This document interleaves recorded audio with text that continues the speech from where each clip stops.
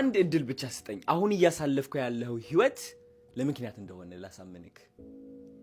ባይገርምክ ከ4 ዓመት በፊት ማለት ነው 5 ዓመት በፊት ሸልተር ውስጥ ሆኜ ነው። ከሸልተር ውጣ እያሉኝ እየለመኑኝ ነው። ውጣ አንተ ልጅ መውጣት አለብህ፣ ቤትክ ተከራይ። የዛኔ ባንክ አካውንቴ ውስጥ ስንት ብር ነው ያለው? $300። ቆይ ጠብቀኝ። $300 ብቻ ነው ያለው ባንክ አካውንቴ ውስጥ። $300 ይዤ ከሸልተር ውጣ እየተባልኩኝ ነው። ካናዳ ምን እንደሆነች አላቅም። የዛኔ ምን ለማድረግ ነበረ ምርጫ? የዛኔ ሳይክል መግዛት። ምክንያቱም ቀላሉ ስራ ኡበር ነበረ። እንግሊሽ አልችልም ነበር ያን ያህል። የዛኔ ኡበር ጀመርኩኝ። ሳይክል ገዝቼ $300 ሳይክሏን ገዛሁኝ። ከዛ ኡበር ጀመርኩኝ። በተመሳሳይ ቀን ነው ምልክ። ሳይክሉ ስነዳ እንግዲህ ብርድ ነው ያለው፣ በጣም ቅዝቃዜ ያለ፣ እጄ መንቀሳቀስ አልችልም እንዳለ፣ እግሬ ማለት ነው ደንዝዟል። መቀመጫ ላይ ራሱ እየሰራ አልነበረም የዛኔ። የዛች ቀን አስታውሳለሁ $150 ብቻ ነው ሰርቼ የዋልኩት። እሺ ጥሩ፣ ደስ ብሎኛል። ኢቭን ተሰቃይቼም በሆን ማለት ነው ገንዘቤን ሴቭ አድርጌያለሁ የቤት ኪራይ ለመፈለግ ማለት ነው። በነገው ዕለት ተነሳሁኝ። ምን አሉኝ? አዶናይ እባክህ ውጣ፣ እንዳንተ ያሉ ወጣቶች ሬፊውጂ መጥቷል ከሌላ ሀገር፣ መቀየር አለብን፣ ውጣ አሉኝ። እሺ ወጣለሁኝ፣ ባካችሁ 2 ቀን ብቻ ስጡኝ። አዲስ ሳይክል ገዝቻለሁ፣ ስራዬን እሰራለሁኝ፣ ገንዘብ ትንሽ ሴቭ አድርጌ ወዲያውን ወጣለሁ። ኦልራይት ጥሩ። ጠዋት ተነሳሁኝ፣ ልብሴን አደረኩኝ፣ ጃኬቴን አረኩኝ፣ ብርድ ስለነበረ ወደ ውጭ ወጣሁ። ሳይክሌ ለመፈለግ የቆለፍኩባት ቦታ ሳይክሏ አይታለች፣ ተሰረቀች። ወንድሜ እንዴት እንዳለቀስኩኝ ልነግርህ አልችልም። እንዴት ተስፋ እንደቆረጥኩኝ ልነግርህ አልችልም። እንዴት በእግዚአብሔር እንዳማረርኩኝ ልነግርህ አልችልም። ሳይክሌ ተሰርቆብኝ ወደ ዘበኛው ተመለስኩኝ። እባክህ ሳይክሌን አፋልገኝ፣ ምንም ልናደርግ አልችልም አለኝ። ካሜራውን ላሳይቅ አለኝ።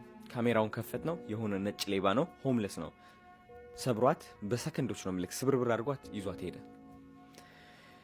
ምንድነው የምናደርገው ታዲያ? ብር የለኝም፣ መውጣት አልችልም። እኔ በረንዳ እንዳደር ነው የምትፈልጉት? የለኝም ብር፣ ምንም ማድረግ አንችልም፣ መውጣት አለብህ አሉኝ።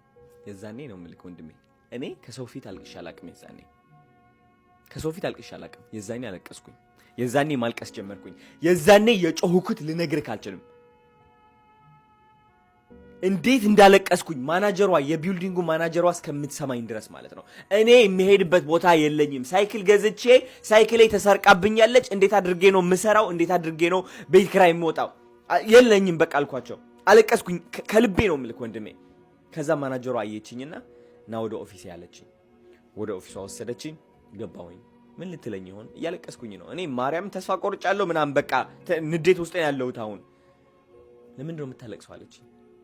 አይ በቃ እንደዚህ እኔ በቃ መውጣበት የለኝም። $300 ነበረኝ፣ ባይኬን ገዛኋት። ከዛ ባይኳ ደግሞ በአንድ ቀን ውስጥ ተሰረቀችብኝ። በቃ እንዴት አድርጌ ነው የምሰራው? የለኝም ብር፣ እንዴት አድርጌ ያወጣለሁ? ማልቀስ ጀመርኩኝ። በቃ አለቅሳለሁ። ዝም ብላ ታየኛለች እሷ። ከዛ ወንድሜ መጨረሻ ላይ ምን እንዳለችኝ ታውቃለህ? አዶናይ አይዞክ፣ አንድ ሩም አለችን ላይ፣ እዛው ሄደክ መቆየት ትችላለህ። ለስንት ጊዜ አልኳት? እንደፈለግከው አለች። ወንድሜ ህይወት ማለት ነው ኮርኩማ መሬት ስታወድቅህ ተስፋ ትቆርጣለህ። ተስፋ ስትቆርጥ ማን ነው የሚደርስልህ? እግዚአብሔር። የዛኔ እግዚአብሔር ነው የደረሰልኝ። እኔ ለምን እንደዛ እንዳለቀስኩኝ ራሱ አላቅም። ከልቤ ነው ምልክ ፍቅፍቅ ብዬ ለምን እንዳለቀስኩኝ አላቅም። ማናጀሯ እስከምትሰማኝ ድረስ እሷ ደግሞ ልቧ ላይ ምን አርፎ ያ ቤት እንደሰጠችኝ እኔ አይገባኝም። ስንት ወረፋ ነበር ልንገርህ ወንድሜ፣ ስንት ወረፋ። ቤተሰቦች እንዳለ ወደዛ ነው የሚያስገቧቸው። ስንት ወረፋ ነው ያለው። ወደ ወር ነው የምትጠብቀው፣ 2 ወር፣ 3 ወር፣ 4 ወር የሚጠብቁ፣ 1 ዓመት የሚጠብቁም አሉ ቤተሰቦች ማለት ነው። እኔ ግን ወዲያውኑ ሰጠችኝ። ለዛም ነው አንተ አሁን በስቃይ ያለፍክ ነው ያለው። መሬት ነክተሃል። እድሎች እያመለጡ ነው። ሊሳካልህ አልቻለም። እየተሰቃየን ያለው፣ እየፈጋን ያለው ወንድም አለም ግን እያለፍክበት ያለው ሁሉ ነገር እግዚአብሔር እያስተማረክ ነው ያለው። ያንተ ህይወት ካንተ በላይ እግዚአብሔር እየተቆጣጠረው ነው ያለው። አንተ የምትቆጣጠረው ይመስልሃል ህይወትክ። አትቆጣጠረውም አንተ ወንድም አለም። እግዚአብሔር ነው እየተቆጣጠረክ ያለው። ሆን ብሎ ማለት ነው ዲዛይን ያደርጋል። በቃ ወደዛ ቦታ እንድትሄድ፣ እዛ ቦታ ላይ ሄደክ እንድትጎዳ፣ እዛ ቦታ ላይ ሄደክ በዛው እድል እንዲያመልጥክ፣ እዛ ቦታ ላይ ሄደክ እንድታለቅስ፣ እዛ ቦታ ሄደክ እንድትባረክ። በስቃይክ ልክ በረከትህም ትልቅ ነው። እሱን ነው የተማርኩት። የዛኔ ያ ህይወት የማያልፍ መስሎኝ ነበረ። ሳለቅስ ማለት ነው እኔ አልቆልኛል ብዬ ነበረ። አገር ቤት ልመለስ በቃ ምን ያደርግልኛል ይሄ።